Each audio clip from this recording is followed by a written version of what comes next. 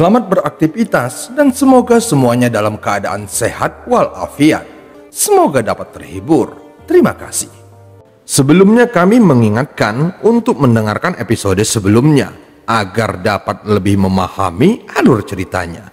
Wajah Wang Lin tampak muram saat ini. Kemunculan si Bongkok Meng telah mengganggu rencananya dan itu membuatnya merasa ngeri. Apalagi Bongkok Meng juga kebal terhadap serangan jiwa pengembara. Itulah alasan utama mengapa Wang Lin memutuskan untuk meninggalkan ujian ketiga sesegera mungkin. Wang Lin tahu bahwa dalam hal kultivasi dia terlalu lemah dibandingkan dengan monster tua ini. Jika bukan karena tempat ini berisi banyak jiwa pengembara, maka dia tidak akan mampu bersaing dengan mereka sama sekali. Dia bahkan tidak memiliki kualifikasi untuk mengobrol dengan mereka. Sekarang jiwa pengembara tidak berguna melawan Bongkok Meng, sehingga Wang Lin telah kehilangan satu-satunya keuntungannya. Jika mereka bertemu, satu-satunya jalan baginya adalah kematian. Si Bongkok Meng hanya perlu melambaikan tangannya untuk membuat Wang Lin menghilang seperti asap.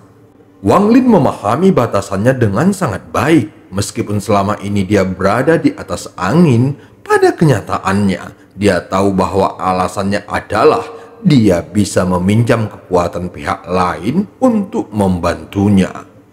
Di sepanjang jalan, dia bahkan tidak repot-repot melahap jiwa pengembara lagi. Dia dengan cepat terus bergegas ke depan. Jika Wang Lin meninggalkan tubuh fisiknya dan melakukan perjalanan hanya dengan jiwanya, maka kecepatannya akan jauh lebih besar daripada sekarang. Namun dia tidak mungkin melakukannya. Ketika dia baru mengambil setengah langkah, Wang Lin tiba-tiba berhenti. Dia menyentakkan kepalanya ke arah Duan Muji dan Wang Qingyue. Wajahnya menjadi sangat gelap ketika dia menyaksikan pemandangan mengerikan melalui jiwa-jiwa pengembara. Duan Muji dan Wang Qingyue tidak bertahan lama di bawah serangan Bongkok Meng. Dia segera merobek celah lagi dan dari sana muncul tangan iblis raksasa yang mengambil Duan Muji dan Wang Qingyue tanpa bisa melakukan perlawanan apapun. Kepala iblis itu penuh duri tulang dan ada aura kejahatan di sekitarnya yang menyebabkan orang gemetar ketakutan. Wajah Wang Lin menunjukkan kepahitan di matanya. Dia segera memasukkan kembali iblis Sulikuo dan iblis kedua ke dalam tasnya. Kemudian dia meneguk cairan energi spiritual dalam jumlah besar dan menggunakan seluruh energi spiritualnya untuk segera pergi. Dia sudah bisa merasakan bahwa Bongkok Meng yang seperti iblis itu mulai mengejarnya dengan kecepatan ekstrim. Saat berikutnya, Wang Lin bergerak dengan sangat cepat dan wajahnya tampak tegang saat dia menghitung jarak mereka. Jika mereka berdua melakukan perjalanan dengan kecepatan seperti sekarang, maka dia seharusnya bisa tiba di pusaran air sebelum Bongkok Meng dapat menyusulnya. Namun saat ini, si Bongkok Meng menggunakan metode aneh yang tidak diketahui Wang Lin. Dia menutupi tubuhnya dengan cahaya merah darah dan kecepatannya meningkat beberapa kali lipat. Saat jarak di antara mereka semakin pendek, kecepatan Bongkok Meng tidak hanya berkurang, tetapi semakin meningkat. Hati Wang Lin tenggelam ketika dia menyadarinya. Jika terus seperti ini, maka Bongkok Meng akan menyusulnya dalam waktu kurang dari 1 batang dupa. Wang Lin menyapu sekelilingnya dengan kekuatan jiwanya lagi dan menggunakan jiwa-jiwa pengembara untuk memindai area tersebut dengan cepat. Matanya terpaku pada satu arah saat dia memikirkan langkah yang sangat berani. Dia tampak ragu-ragu sejenak, namun dia dengan cepat melarikan diri ke sana. Pada saat ini, Raja Iblis 6 Keinginan sangat frustasi. Pada ujian ketiga ini, dia tidak berani menyebarkan kekuatan jiwanya terlalu jauh, sehingga dia masih belum menemukan jalan keluarnya. Setelah bertahun-tahun, dia menganalisa bahwa pintu keluarnya ada di barat laut. Namun faktanya, dia telah mengetahui bahwa pintu keluar itu ada di sana 2 tahun yang lalu, tetapi jumlah jiwa pengembara di sana terlalu banyak untuk ditanganinya. Bahkan dengan harta sihirnya, dia harus menghabiskan 2 tahun terakhir untuk perlahan-lahan mengurangi jumlah jiwa pengembara sebelum bisa melanjutkan perjalanannya. Kecepatannya memang sangat lambat, tetapi itu akan menjamin kesuksesannya. Hanya masalah waktu sebelum dia bisa memasuki pusaran air atau portal alam keempat dan dipindahkan ke tubuh dewa kuno. Saat ini dia baru saja memikat sejumlah besar jiwa pengembara dan hendak menghancurkan mereka semua. Tiba-tiba ekspresinya langsung berubah. Meskipun dia tidak berani menyebarkan kekuatan jiwanya terlalu jauh, namun dia masih bisa mengetahui semua yang terjadi dalam jarak 1000 kaki. Raja Iblis 6 keinginan memperhatikan seorang pemuda mendekatinya pada jarak 1000 kaki. Dia langsung terpana ketika melihat orang itu dan kemudian menyeringai sambil berteriak. Dia menyerahkan dirinya kepadaku. Wang Lin dengan dingin menatap Raja Iblis 6 keinginan. Dia sama sekali tidak melambat, tetapi malah semakin mempercepat terbangnya. Segera, sejumlah besar jiwa pengembara muncul di sekitar Wang Lin. Mereka terus berada di sekitarnya seperti pengawal. Ketika Raja Iblis 6 keinginan hendak bertindak, dia tiba-tiba berhenti. Dia mengarutkan keningnya saat menatap jiwa-jiwa pengembara di sekitar Wang Lin, sehingga menyebabkan rasa ngeri muncul di dalam jiwanya. Makhluk aneh yang memaksanya untuk sangat waspada dan berhati-hati tidak hanya tidak merugikan Wang Lin, tetapi juga melindunginya. Tentu saja hal ini sangat mengejutkannya. Dia tidak berani bertindak gegabah, tetapi dengan dingin menatap Wang Lin. Dia ingin melihat apa yang akan dilakukan junior terkutuk ini. Tiba-tiba, Wang Lin berhenti di radius 1000 kaki dari Raja Iblis 6 keinginan. Alasan Wang Lin memerintahkan semua jiwa pengembara di sekitarnya adalah untuk memperingatkan Raja Iblis 6 keinginan agar tidak bertindak gegabah. Melihat apa yang diinginkannya berhasil, Wang Lin mulai menghela napas lega. Meskipun Wang Lin tidak takut pada Raja Iblis 6 keinginan dengan semua jiwa pengembara di sekitarnya, namun Raja Iblis 6 keinginan memiliki harta sihir yang sangat aneh. Jika mereka memulai perkelahian, itu pasti akan memakan waktu dan si Bongkok Meng akan segera menemukan mereka. Wang Lin menatap Raja Iblis 6 keinginan sambil membuat ekspresi canggung. Dia diam-diam menghitung waktu. Saat melihat perubahan ini, Raja Iblis 6 keinginan menyipitkan matanya. Tentu saja dia tidak tahu Bongkok Meng sedang menuju ke arahnya. Ketika dia melihat ekspresi Wang Lin yang tampak ragu-ragu, dia mulai tersenyum dingin.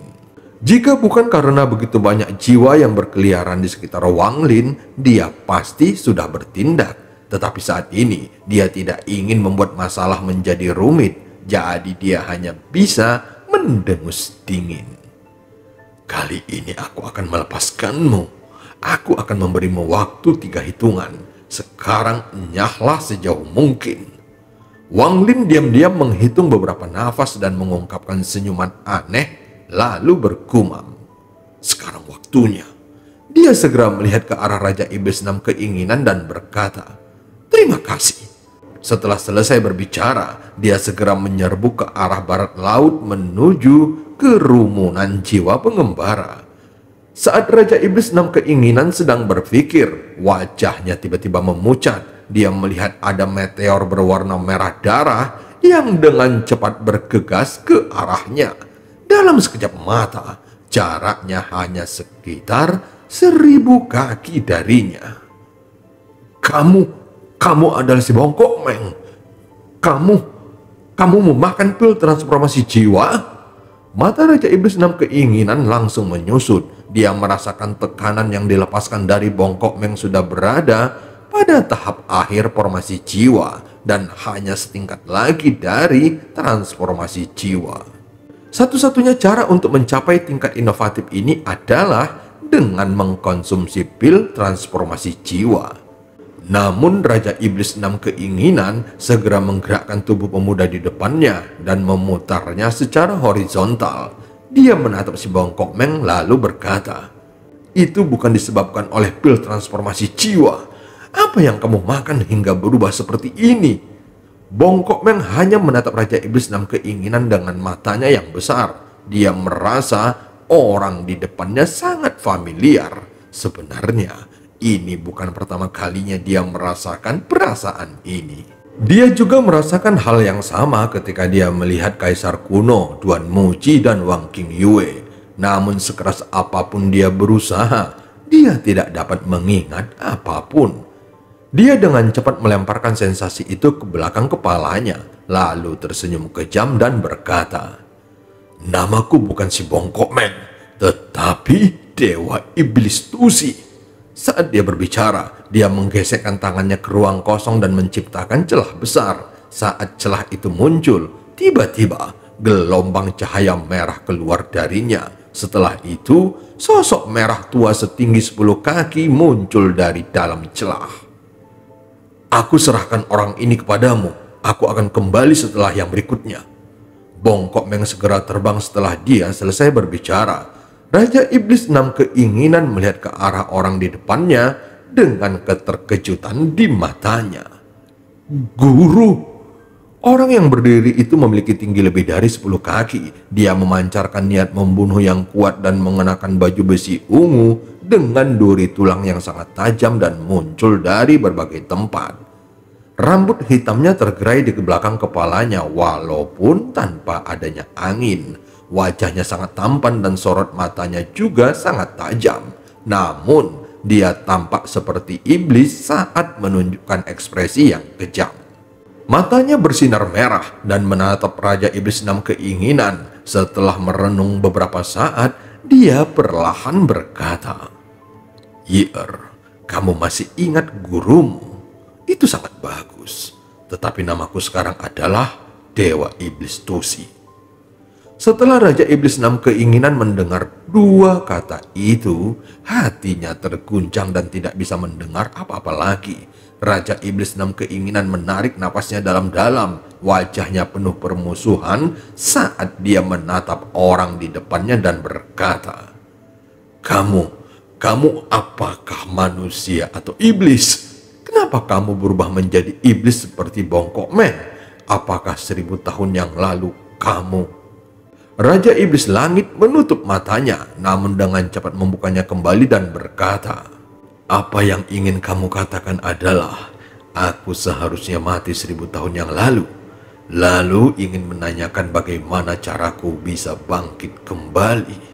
Mendengar kata-katanya, Raja Iblis 6 keinginan diam-diam sangat khawatir. Dengan munculnya si Bongkok Meng dan kebangkitan gurunya yang telah mati, dia merasa tempat ini terlalu aneh. Dia merasakan rasa ngeri di hatinya karena dia meyakini pasti ada rahasia besar di tempat ini. Keraguan itu dimulai 1000 tahun yang lalu ketika mereka menerima harta warisan dari negeri para dewa kuno dan seolah-olah menjadi seperti manusia baru. Hal itu selalu membingungkannya selama bertahun-tahun. Tetapi sekarang, hal itu seperti sambaran petir dan sebuah spekulasi yang sangat berani muncul di kepalanya. "Aku tidak kerasukan," kata Raja Iblis Langit sambil perlahan melihat ke arah perginya si Bongkok Meng. Raja Iblis 6 keinginan terkejut di dalam hatinya, tetapi wajahnya tetap tenang saat dia memandanginya dan perlahan mundur. Merasakan tindakan Raja Iblis 6 keinginan, Raja Iblis Langit lalu berkata tanpa melihat ke arahnya, "Jika kamu mundur 10 langkah lagi, maka aku akan mengambil tindakan." Raja Iblis 6 keinginan berhenti dan bergumam, "Guru, ada apa semua ini? Bahkan jika kamu ingin membunuh murid ini, setidaknya kamu harus memberitahuku tentang apa semua ini." Raja Iblis Langit berbalik dan menatap Raja Iblis 6 keinginan. Dia merenung sedikit dan berkata, "Baiklah, tidak ada salahnya memenuhi syarat ini." Sebelum dia selesai berbicara, Raja Iblis Enam Keinginan membuat tubuh pemuda di tangannya meledak dengan keras. Meskipun pemuda itu telah mati cukup lama, namun darahnya belum mengering dan seolah-olah dia baru saja mati. Saat tubuh itu meledak, kabut darah tiba-tiba menyebar dan langsung melengkung di sekitar Raja Iblis Enam Keinginan. Seluruh tubuhnya tampak seperti menyatu ke dalam kabut darah dan menghilang saat dia menuju pintu keluar dari ujian ketiga. Keinginan darah melarikan diri. Bagus sekali. Seperti yang diharapkan dari muridku. Ketika segala sesuatunya tidak terlihat baik, dia melarikan diri. Kata Raja Iblis Langit dengan senyuman persetujuan di wajahnya saat dia melihat ke arah yang dituju oleh Raja Iblis Enam Keinginan. Semua teknik Enam Keinginan Raja Iblis diajarkan secara pribadi olehnya. Metode kultivasi yang dia ajarkan adalah metode kultivasi Iblis Langit Misterius. Manusia mempunyai 6 keinginan bawaan. Metode melatih seseorang untuk mengendalikan keinginannya sendiri, kemudian menggunakannya untuk mempengaruhi keinginan orang lain demi tujuannya sendiri. Namun jika dibandingkan dengan teknik mantra kematian, maka teknik ini masih dianggap belum terlalu kejam. Bagian terpenting dari metode kultivasi Iblis Langit Misterius adalah mengendalikan keinginan seseorang. Jika seseorang dapat sepenuhnya mengendalikan 4 keinginan, maka mereka akan mencapai tahap formasi jiwa. Dan jika seseorang dapat mengendalikan keinginan ke-6, mereka akan mencapai tahap transformasi jiwa. Raja Iblis 6 Keinginan telah menguasai 5 keinginan bawaannya. Yang terakhir belum bisa dia kendalikan, dan itu adalah obsesi. Tidak peduli seberapa keras dia berusaha, dia tetap tidak bisa mengendalikan keinginannya. Satu-satunya obsesinya adalah kultivasinya sendiri. Sejak hari pertama dia mulai berlatih, dia berjanji pada dirinya sendiri bahwa dia akan mencapai tahap transformasi jiwa. Ini selalu menjadi impian dan tujuan hidupnya. Raja Iblis Langit pernah meramalkan bahwa obsesi ini akan menjadi hambatan terbesar bagi Raja Iblis 6 Keinginan. Dan hal itu menjadi kenyataan. Dengan mempersembahkan latihan seseorang demi mengendalikan salah satu keinginan, itu akan memberi mereka peningkatan kecepatan yang tak terbayangkan. Raja Iblis 6 Keinginan selalu menjadi orang yang sangat menentukan. Saat dia melihat kegembiraan, dia juga merasakan kengerian, sehingga dia memutuskan untuk menyerah dan melarikan diri dengan nyawanya. Sementara itu, Wang Lin sedang bergerak cepat ke barat laut menuju pintu keluar ujian ketiga. Semua jiwa pengembara secara otomatis menyingkir dan memberi jalan untuknya. Adapun mengenai hidup dan matinya Raja Iblis 6 Keinginan, Wang Lin tidak punya waktu untuk peduli. Apalagi mereka hampir tidak mengenal satu sama lain. Apakah kematian Raja Iblis 6 Keinginan membantu melarikan dirinya atau tidak? Itulah yang terpenting saat ini. Namun yang membuatnya kecewa adalah melalui jiwa pengembara, dia melihat momen di mana Raja Iblis 6 Keinginan bertemu dengan gurunya dan melarikan diri. Namun si Bongkok Meng hanya berhenti sejenak sebelum melanjutkan mengejarnya. Wang Lin menarik nafasnya dalam-dalam dan meminum seteguk energi spiritual cair lagi. Bersamaan dengan kemunculan api biru dingin di tangannya, dia segera mencengkram tas penyimpanannya, dan pedang hitam beracun yang mengeluarkan tekanan dingin keluar dari tasnya. Tubuh Wang Lin menjadi tidak stabil saat dia menembakkan api biru dan pedang hitam beracun itu ke belakang, lalu terus bergegas maju ke depan. Api biru dan pedang hitam beracun itu terbelah dan menyebar ke arah Bongkok Meng dari 2 arah yang berbeda. Saat si Bongkok Meng mengejarnya, dia diam-diam menyimpulkan bahwa inilah orang yang mengeluarkan bau menjijikkan yang tidak dapat dia tahan. Dia sangat bingung mengenai masalah ini dan bertindak berdasarkan dorongan hati dengan keinginan untuk mengejar dan mencabik-cabik Wang Lin untuk meredakan amarahnya.